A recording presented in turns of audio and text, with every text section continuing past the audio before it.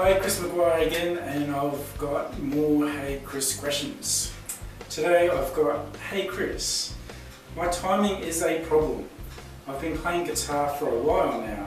What do you suggest to improve my timing? Okay, so timing is an issue for every musician, I believe. You can't really necessarily get perfect timing every single time.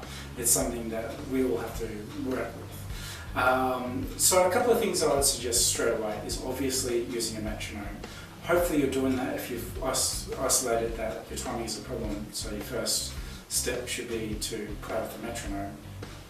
With that though, I would recommend trying to come up with ways to make it a little bit more interesting. Vary the type of beats that you're using. So say if you're going through a scale, for instance, try it on quarter beats, eighth notes, sixteenths, things like that. If you're not sure on that terminology, ask your guitar teacher or a drum teacher and they will point you in the right direction. And a good tutor will be able to give you tips on how to make practicing with the metronome a little bit more fun. So I vary up the rhythms and the timings quite a fair bit to keep it interesting for me.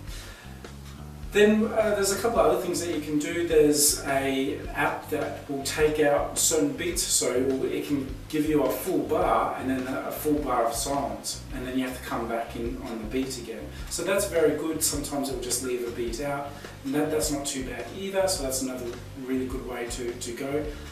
The other thing that I found really helpful, especially at least for my playing at least, was doing the way that jazz players think. Quite often they will set their metronome just on the 2 and the 4 beat, so they go 1, 2, 3, 4, 1, 2, 3, 4.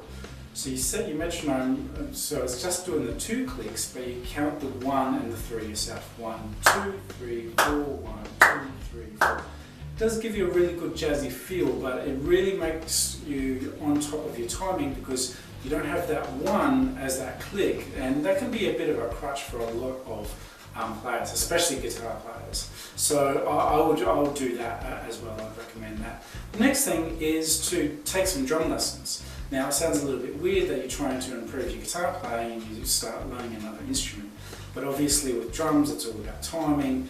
To improve your timing, think like a drummer, and that's going to give you skills. Again, you're going to have to practice with the metronome. Even just doing some basic rudiments are going to give you a good sense of timing, and you can apply that to your guitar playing. So hopefully you take as much of that on board, and your timing should be on the up and up.